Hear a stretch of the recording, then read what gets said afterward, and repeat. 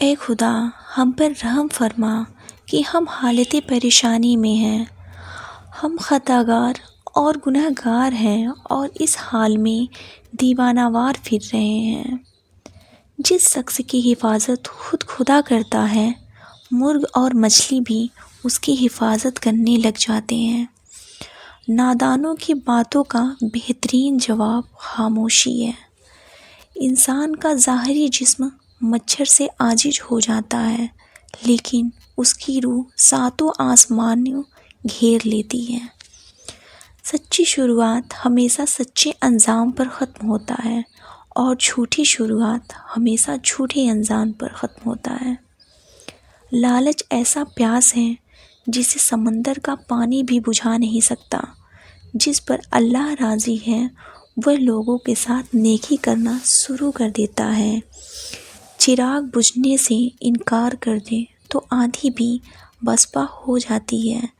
زندگی میں ہر چیز ملتی ہے، بس زندگی دینے والے رب پر یقین رکھو۔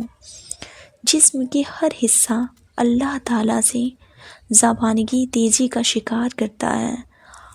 آنسو کا وزن تو نہیں ہوتا، پھر بھی اس کو گر جانے سے دل ہلکا ہو ہی جاتا ہے۔ کامیابی کا ہر سفر ایک اچھی سوچ سے شروع ہوتی ہے۔ دنیا مال تو چھوڑ ہی پڑتا ہے، سمجھدار تو وہ ہے جو آخرت کا مال جمع کرے۔ مانگنے والوں کو دے کر احسان نہ جتاؤ، بلکہ احسان مانو کہ اس نے قبول کر لیا۔ تمہارا رب جس چیز کو تمہارے قریب کر دے اس میں حکمت تلاش کرو، اور جس چیز کو تم سے دور کر دے اس پر صبر اختیار کرو۔ جس دل میں دین زندہ ہو تو وہ دل کبھی مایوس نہیں ہوتا۔ بھروسہ کرنا ہے تو اللہ پر کرو، صحیح انسان اور صحیح وقت وہی دکھائے گا۔ اللہ سے نعمت مانگنے والے یہ بھی خیال رکھیں، کائنات کی سب سے بڑی نعمت اللہ کی قرب ہے۔ لوگ جتنا بھی دل دکھائیں، یہ یاد رکھیں کہ جب اللہ کے بندے ہمیں توڑتے ہیں تو ان کا توڑنا ہمیں اللہ سے جوڑ دیتا ہے۔ وہ روح کبھی نہیں مرجھاتی جس کی پیاس قرآن پاک کی تلاوت سے بجھتی ہو۔ تم کسی کا کچھ مت بگاڑو، اللہ تمہارا کچھ بگڑنے دے گا ہی نہیں۔ جو معاملہ اللہ کو سپرد کر دو تو اللہ اور اس کے معاملے کے درمیان سے نکل جایا کرو۔ دھوکہ کھانے والوں کی پیٹ تو بھر ہی جاتا ہے، لیکن دھوکہ دینے والے کی بھوک کبھی ختم نہیں ہوتی۔